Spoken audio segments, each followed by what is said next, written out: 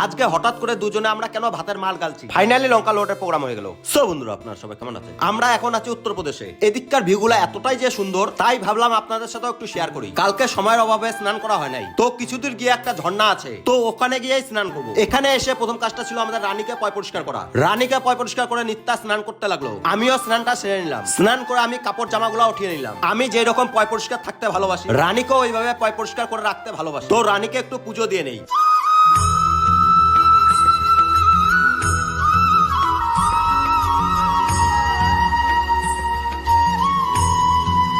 Finally আমরা বেরিয়ে পড়লাম। কালকের থেকে সেরকম আমাদের খাওয়া দাওয়া হয় নাই, তো আমরা এখন যাব বাজারে। আমরা চলে আসলাম একটা দিদির দোকানে। উত্তরপ্রদেশে যে এরকম মুরগি বিক্রি হয় আমরা জানতামই না, তো কোনোদিন খাই নাই, ওই কারণে নিলাম না। আমরা নিয়ে নিলাম চিকেন নিয়ে চলে আসলাম গাড়ির এখানে। তো চলে আসলাম আমরা যেখানে রান্না করব। এখানে এসে দেখি কলকাতার দাদারাও রান্না করছে। এই দাদারা বানাচ্ছে মাছ ভাত। তিনটা গাড়ি এত সুন্দর লাগছিল, একটা ভিডিও করে নিলাম। তো তিনটাই আইসার গাড়ি। আমি আর বন্ধুটা মিলে মার গালতে লাগলাম। তো মাংসের মশলাটাও রেডি করে নিলাম, মাংসটাও বসিয়ে দিলাম, আর ভাত তো রেডি হয়ে গেছে। কালকে তো ঠিকমতো খাওয়া হয়নি বন্ধুরা, তো আজকে মন ভরে খাবো। নিত্যা ভাত বাড়তে লাগলো। আমরা তো সবসময় বাইরে থাকি, কিন্তু বন্ধুদের সাথে খাওয়ার একটা মজাই আলাদা। কালকে দাদাদের সাথে দেখা হয়েছিল, কিন্তু খুব কম সময়ের মধ্যে ভালো একটা সম্পর্ক তৈরি হয়ে গেল, আর খাওয়ারটা খেয়ে খুবই শান্তি পেলাম। দাদাদেরকে টাটা দিয়ে বেরিয়ে পড়লাম। তো আমার আছে লঙ্কা লোডিং। এখন আমরা যাচ্ছি লোডিং পয়েন্টে। আমরা লোডিং পয়েন্টে পৌঁছে গেলাম। আমাদের গাড়িতে চারপাশে নেট লাগাচ্ছে। আজকের মতো এতটুকু, নেক্সট ভিডিওতে আপনাদের সাথে দেখা হচ্ছে।